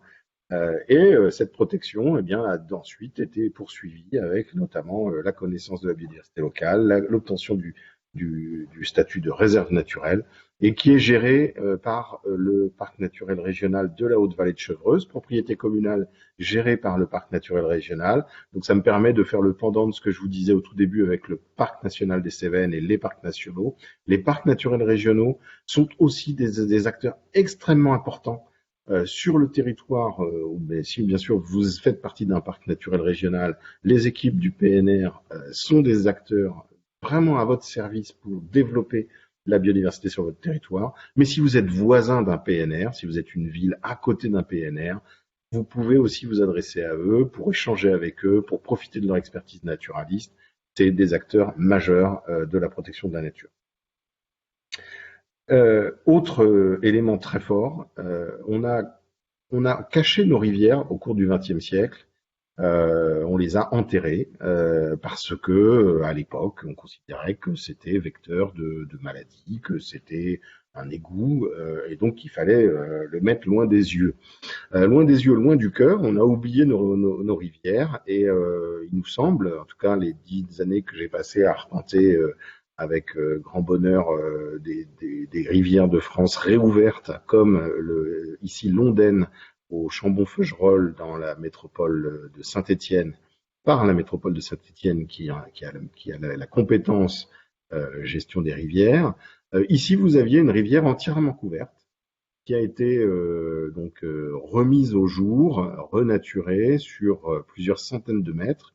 Et elle peut maintenant, vous voyez son lit mineur, hein, elle est normale, et puis elle peut déborder dans son lit majeur naturellement quand il y a des épisodes pluvieux, quand on est dans une période de crue.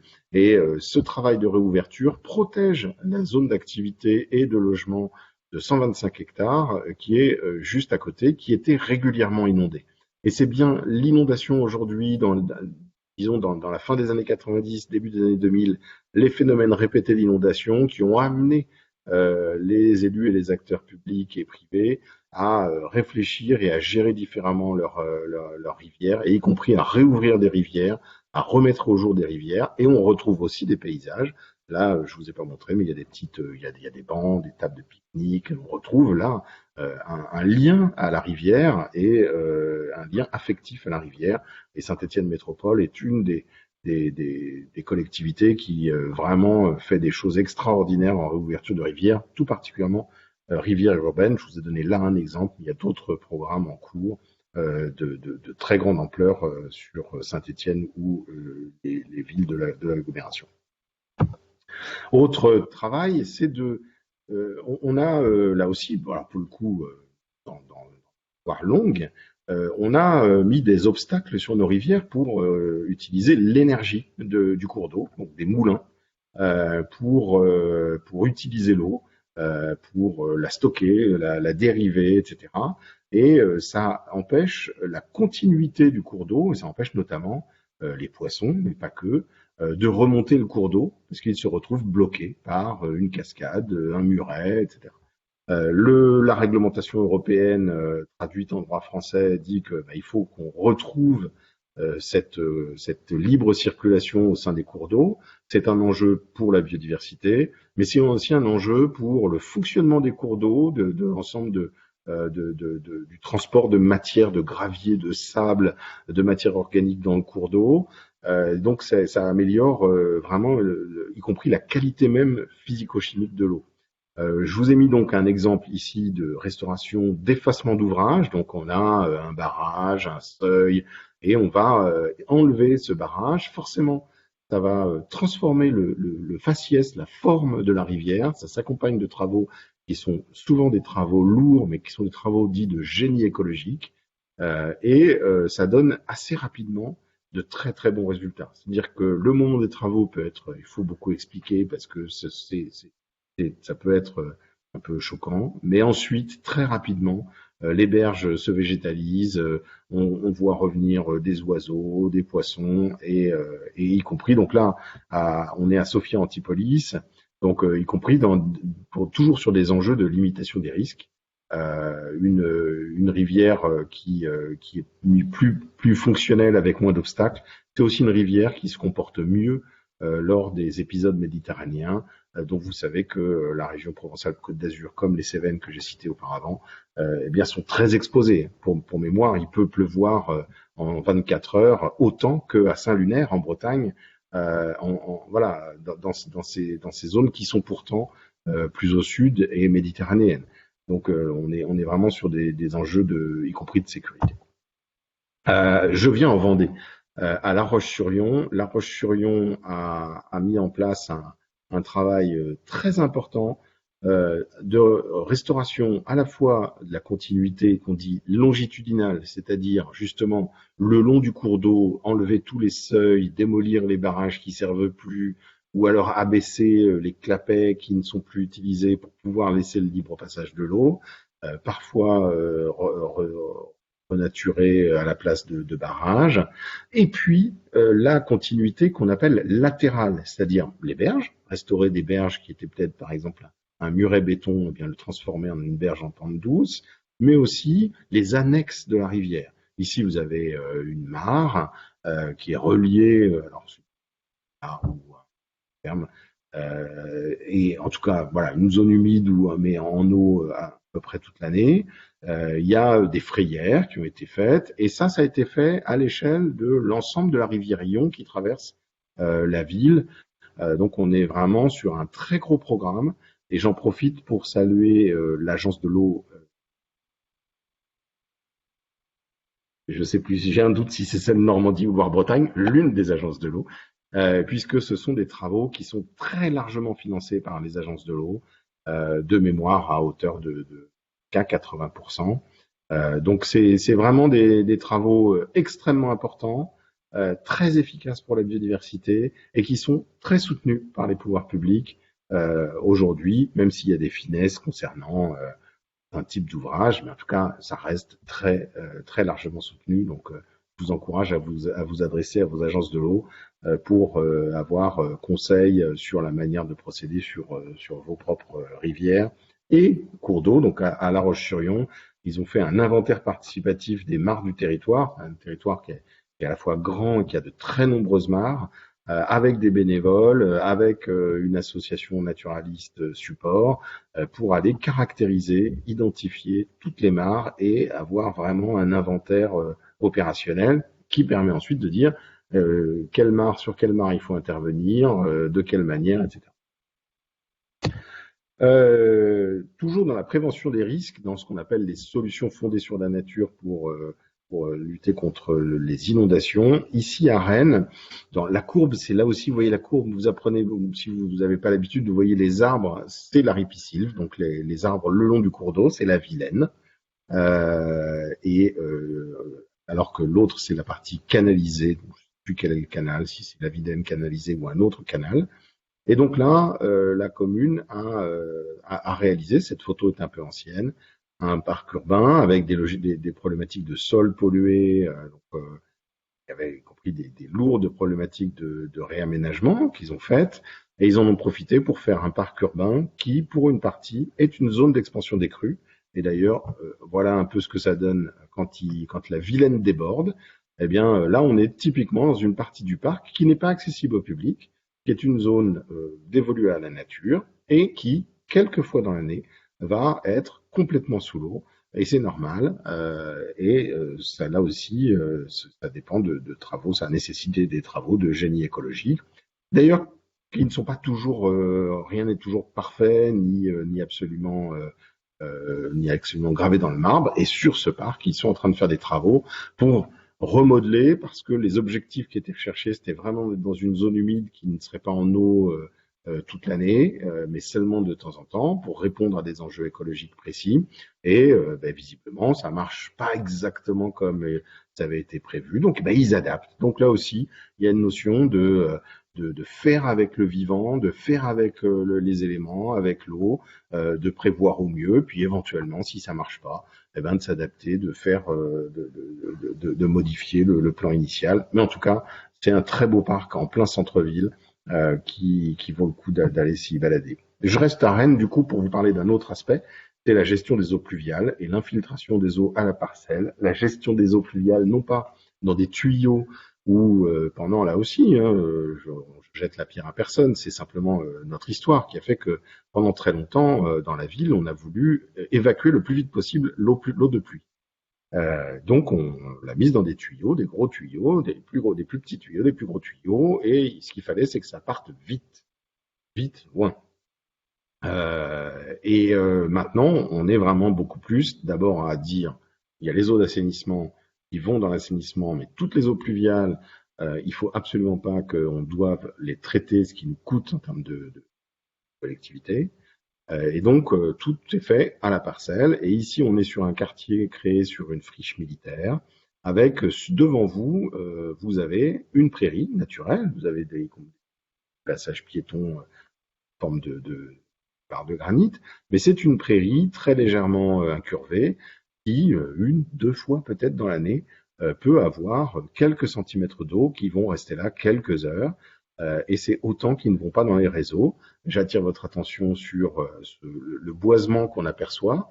Là, on est sur un travail d'aménagement d'une friche pour créer un nouveau quartier, et donc pas étendre la ville sur des milieux naturels en dehors de la ville, mais qui est fait en prenant en compte l'existant, y compris l'existant de type faune et flore. Et là, le boisement spontané qui s'est développé pendant 30 ans d'inactivité sur cette friche, eh bien, il a été considéré comme une chance et il a été conservé, ce qui donne un quartier neuf, mais qui a déjà des arbres, même si on voit, ils en ont planté un peu plus, bien sûr, ils ont rajouté des choses, mais on fait avec l'existant. Et ça, c'est aussi quelque chose qui est très important. Considérer toujours qu'une friche, c'est un endroit où il y a peu d'activité humaine et où donc la biodiversité va se développer. Donc, quand vous avez une friche que vous devez aménager, la base, c'est de faire un diagnostic écologique pour pouvoir profiter du patrimoine naturel qui s'est développé sur cette friche et l'ajouter au projet d'aménagement, évidemment. Ça nécessite de le faire au début du projet d'aménagement et pas une fois que tout a été fait et que toutes les parcelles ont été vendues, les plans faits. Il faut vraiment le faire dès le début, en amont de l'avant-projet. Je vous emmène chez nos amis guadeloupéens pour qui j'ai une pensée affectueuse et vraiment pour la situation sanitaire qu'ils vivent. Bien évidemment, en Outre-mer et en milieu insulaire, la question littorale, la question de l'espace marin, des lagunes et des lagons est très importante. Et ici, à Morne-à-l'Eau, euh, ce qui est très intéressant, c'est qu'ils ont restauré, en fait, alors ils appellent ça la plage verte, parce que c'est pas une plage de sable, c'est plutôt une zone herbeuse. Il y avait une route qui arrivait jusqu'au bord de l'eau. Et ils ont supprimé la route, déconstruit la route, reculé des parkings, restauré, replanté un peu de palétuviers là où il y avait un peu trop d'érosion. Et c'est vraiment un lieu qui est devenu un très beau lieu où les familles viennent pique-niquer le week-end. C'est très très chouette. Ça me permet de pointer le travail extraordinaire du Conservatoire du littoral et en l'occurrence ici à la Guadeloupe, du Parc national de la Guadeloupe qui accompagne les collectivités dans leurs projets et notamment tout aspect sensibilisation, éducation à la nature dans, dans, dans, avec les communes, mais le Conservatoire du littoral et puis bien sûr la région Guadeloupe sont des acteurs qui ont très largement qui participent avec la commune à la réalisation de telles opérations. Autre île, mais de l'autre côté, là on est à La Réunion, à Saint-Paul de la Réunion, où malgré le fait qu'on a un récif de corail et un lagon qui protège, eh bien il y a un phénomène d'érosion côtière et les arbres que vous voyez là sont pas du tout des arbres locaux, c'est des philao. Ils ont ils ont un rôle paysager parce qu'ils marquent le paysage de manière très forte. Mais en fait, leur effet sur l'érosion de la plage de sable, eh bien, il est plutôt négatif. Donc, il y a tout un travail qui est fait par la commune, avec ses partenaires, pour renaturer cette plage de manière à reculer certaines activités humaines, replanter des espèces locales qui vont pouvoir mieux tenir l'espace de la plage et concilier les usages et la protection de la biodiversité et la dynamique des sédiments sur ce lieu. Voilà pour un panorama non exhaustif d'actions en lien avec l'eau et la biodiversité. Et je vous propose, maintenant vous avez compris comment on fonctionnait. Il me reste 3 minutes pour vous parler de citoyenneté, donc on prend une ou deux questions, puis je finis très rapidement peut-être sur mon dernier bloc. J'ai été trop long. Exactement, j'allais te proposer justement de prendre deux questions pour ce bloc.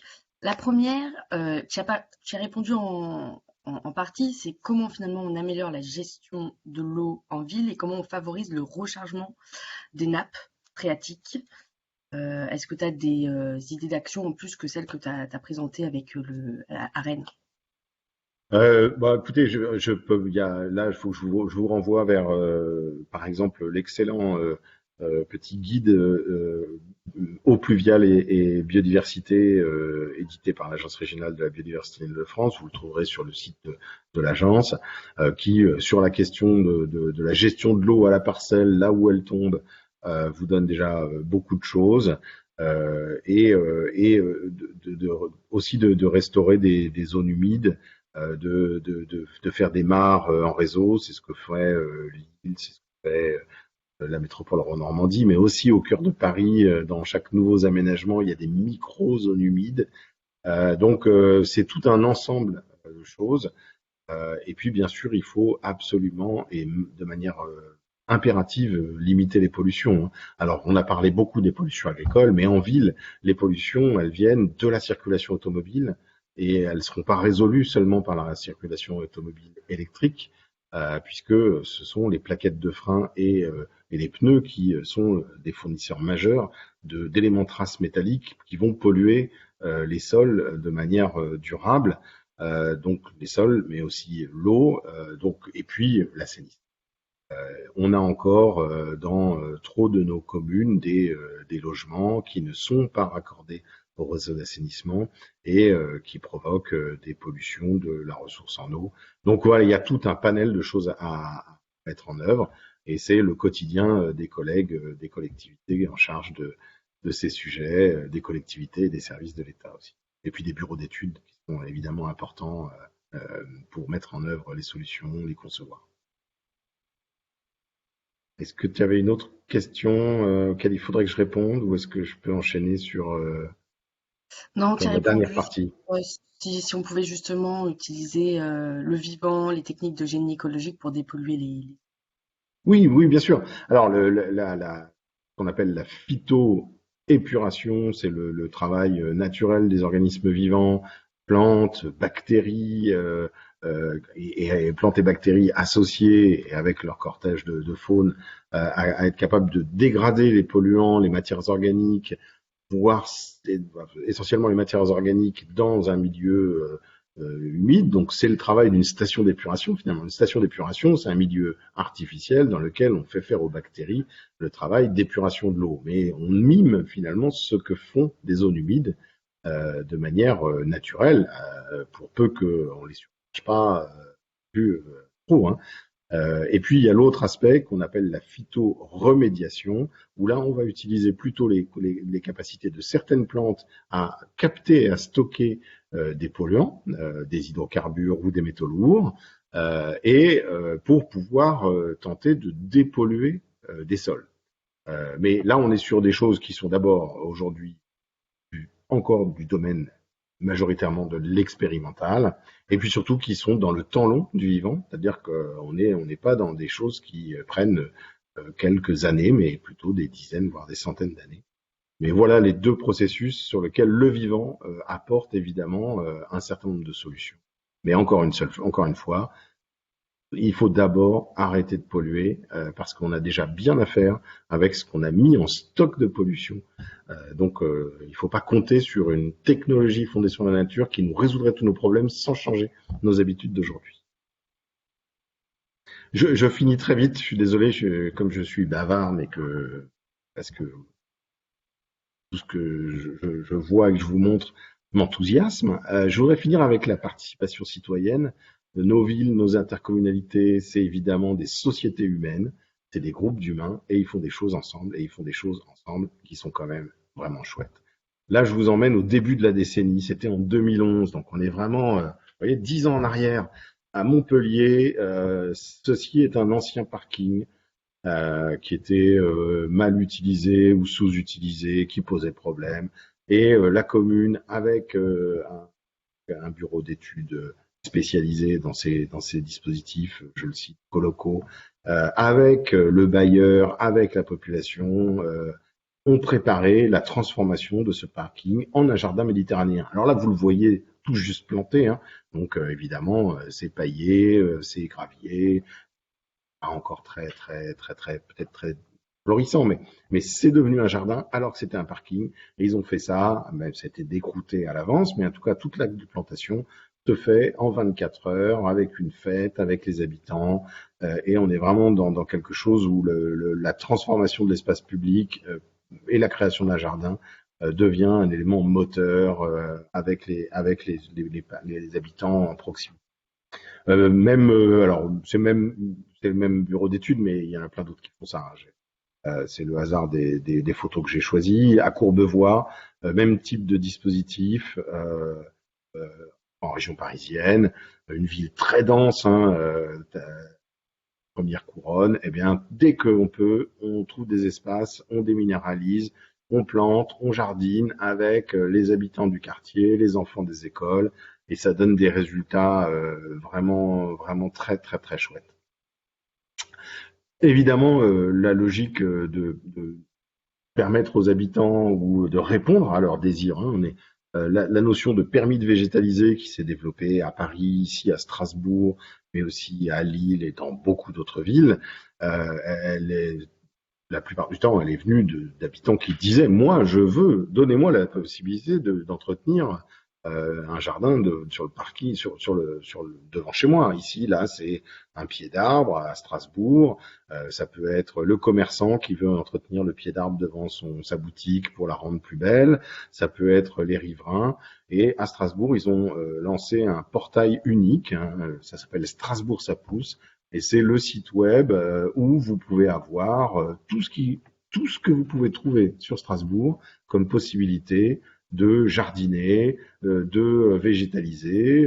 Ça va être les jardins familiaux, les jardins collectifs, les potagers urbains collectifs. Là, vous avez un espace que vous aimeriez désimperméabiliser pour créer un petit micro-jardin, et ben c'est là que vous pouvez dire voilà ce que j'ai envie de faire.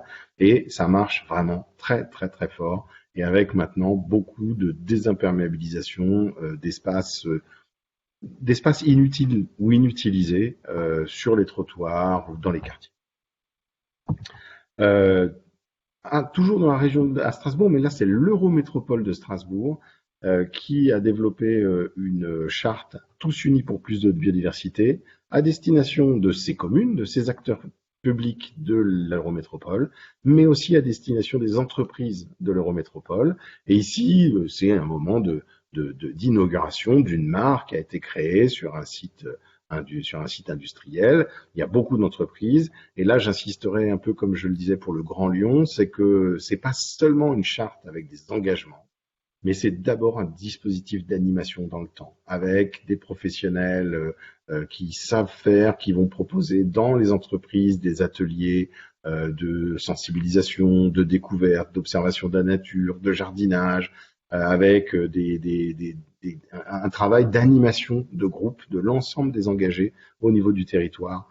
Et c'est ça qui est le gage de la réussite des dispositifs de type charte, que ce soit charte de l'arbre, charte d'engagement d'action biodiversité. Mais en tout cas, les acteurs privés, les acteurs des zones d'activité économique, des zones d'activité commerciale, les bailleurs, les copropriétés sont des espaces où on a vraiment encore énormément de marge de progrès sur la gestion écologique et sur les aménagements favorables à la biodiversité.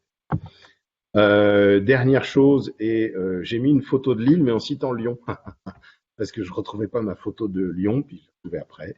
À Lyon, ils ont fait depuis maintenant plus d'une dizaine d'années aussi un travail assez formidable de formation des agents de la direction des espaces verts à la biodiversité, à la reconnaissance de la faune, de la flore. Sur la base du volontariat, ils ont cherché des volontaires, des gens qui avaient une sensibilité, qui pouvaient avoir des connaissances, et ils les ont accompagnés, leur ont donné plus de formation pour qu'eux-mêmes puissent entraîner leurs collègues volontaires.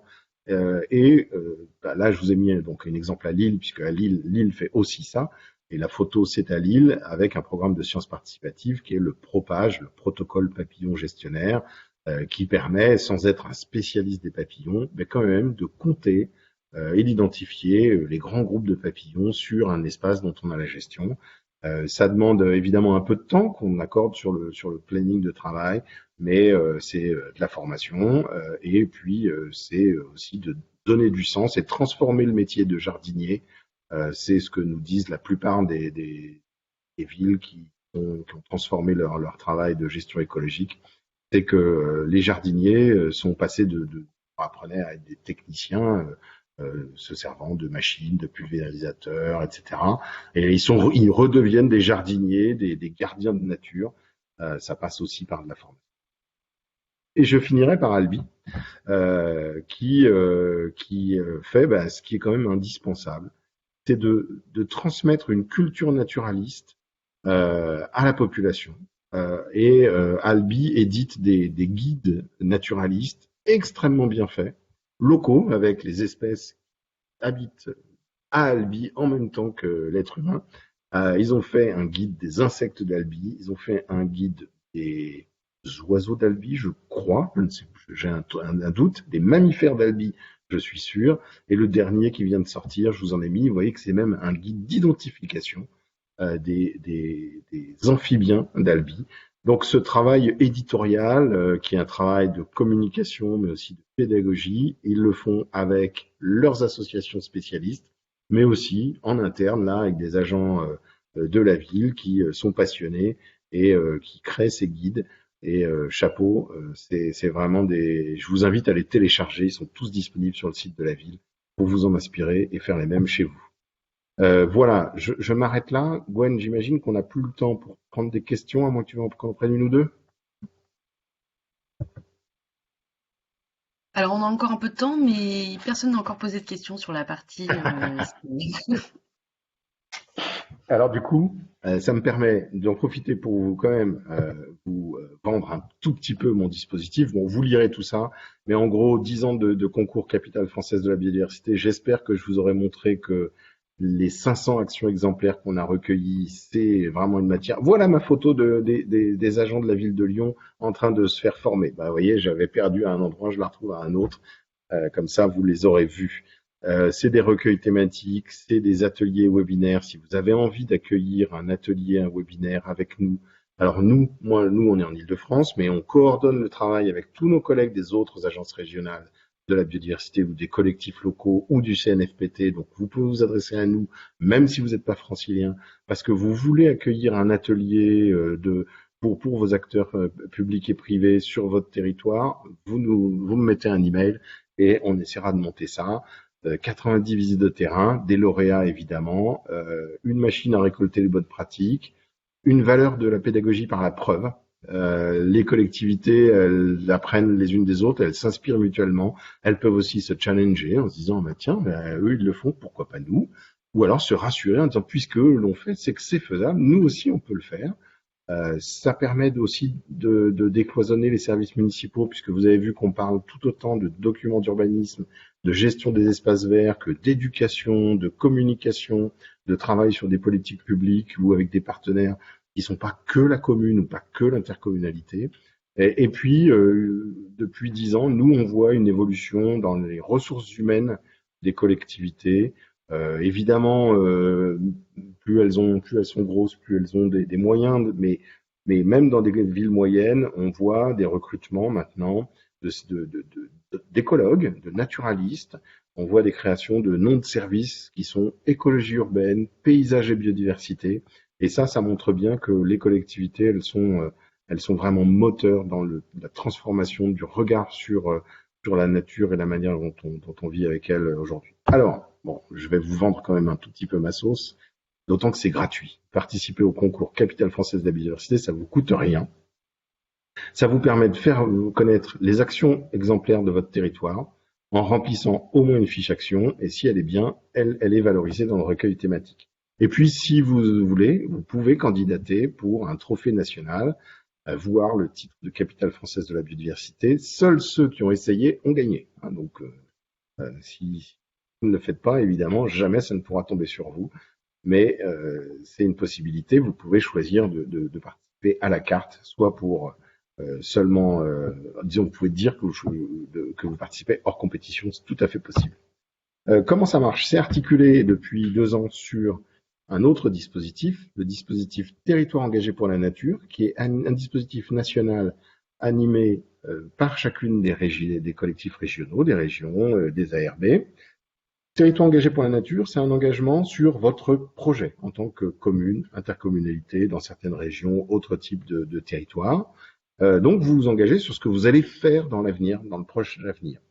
Et Capitale française de la biodiversité, c'est que les réalisations, que ce que vous avez déjà accompli. Nous, on n'évalue pas les projets. Les projets, c'est pas notre sujet. On veut voir, c'est ce que vous avez réussi, ce que vous avez accompli. Et donc, évidemment, les deux sont articulés. Et donc, on vous demande soit d'être déjà reconnu territoire engagé pour la nature, soit de déposer un dossier territoire engagé pour la nature dans votre région, et vous avez juste à compléter avec un dossier Capitale française de la biodiversité simplifié, en gros quelques questions très rapides, puis 3 actions exemplaires que vous avez réalisées autour du thème de l'année, et je vais vous l'envoyer, et vous nous envoyez ça avant le 31 janvier 2022. Sur le thème, j'y viens, le thème 2022, donc qui est ouvert maintenant, c'est paysage et biodiversité. Et j'insiste sur le fait que c'est le « et » qui compte, c'est qu'on attend des actions qui font bien le lien entre les deux approches, l'approche paysagère, que ce soit écologie du paysage, identité, esthétique, et l'approche biodiversité, fonctionnement des écosystèmes, espèces. Donc c'est vraiment ça qu'on attend et je pense que ça va être un thème qui va être extrêmement intéressant et qui permet à tous les types de territoires de valoriser des choses qu'ils ont fait. Alors, comment on fait? Eh bien, depuis là, en septembre et jusqu'en janvier 2022, on fait des événements, des ateliers. Il y a un cycle de webinaires qui est proposé par le CNFPT sur le thème paysage et biodiversité en collaboration avec nous. Et je vous invite à vous y inscrire. C'est ouvert à toutes et à tous. Ensuite, de février à mai, nous évaluons les dossiers. Il y a une évaluation des dossiers papier reçus, qui est le premier filtre. Donc, il faut écrire des fiches actions de manière intelligible. Elles serviront pour vos collègues, elles seront mises en ligne. Donc, il faut qu'elles soient compréhensibles, lisibles, intéressantes. Et sur cette base-là, les meilleures candidatures font l'objet d'une visite et d'un rapport de terrain. Donc là aussi, les rapports de terrain, c'est des riches sources d'informations si vous voulez voir ce que fait telle et telle commune et vous en inspirer. Et puis bien sûr, ensuite, en juin 2022, palmarès, colloque de restitution, remise des prix, publication du recueil d'actions autour du thème de l'année paysage et biodiversité. Voilà, j'ai fini. C'était ma partie vente. Est-ce que on a une de questions qui s'est exprimée à laquelle il faudrait que je réponde avant de vous libérer? Il n'y a pas une nouvelle question. En revanche, il y a eu beaucoup de remerciements, notamment pour nous avoir fait voyager de façon dématérialisée pendant 1 heure. Et on a plein de retours comme quoi ça donnait envie, en tout cas, d'agir avec toujours plus d'enthousiasme. Eh ben, on est tous ravis, toute l'équipe, tous les partenaires qui se mobilisent sur ce programme, de cet enthousiasme et on vous invite vraiment à participer. Parce que même recevoir une visite de terrain d'experts nationaux, même si vous gagnez pas, c'est pas grave, c'est pas du temps perdu. C'est des moments très intéressants et qui font toujours avancer les choses sur le territoire. On s'arrête là, Gwen, notre maîtresse du temps? Je propose qu'on s'arrête là exactement. Alors, Et j'ai du oui, coup une dernière petite chose à vous dire, c'est que la prochaine conférence de l'Agence régionale de la biodiversité sera animée par un autre de mes collègues, Eminki Johan, et il vous parlera le jeudi 14 octobre prochain, de 18h à 19h30, des premiers retours de l'étude que nous menons avec de nombreux partenaires sur une zone d'expansion des crues et la biodiversité urbaine. C'est une étude innovante sur le site du Vignois à Gonesse en Île-de-France, menée avec le syndicat du Proult et du Petit-Rhône avec des nombreux partenaires naturalistes. Vous pouvez vous inscrire sur le site www.arb-6idf.fr. Jeudi 14 octobre à 18h. Merci beaucoup. merci beaucoup à tous. Bonne soirée. Au revoir. Au revoir.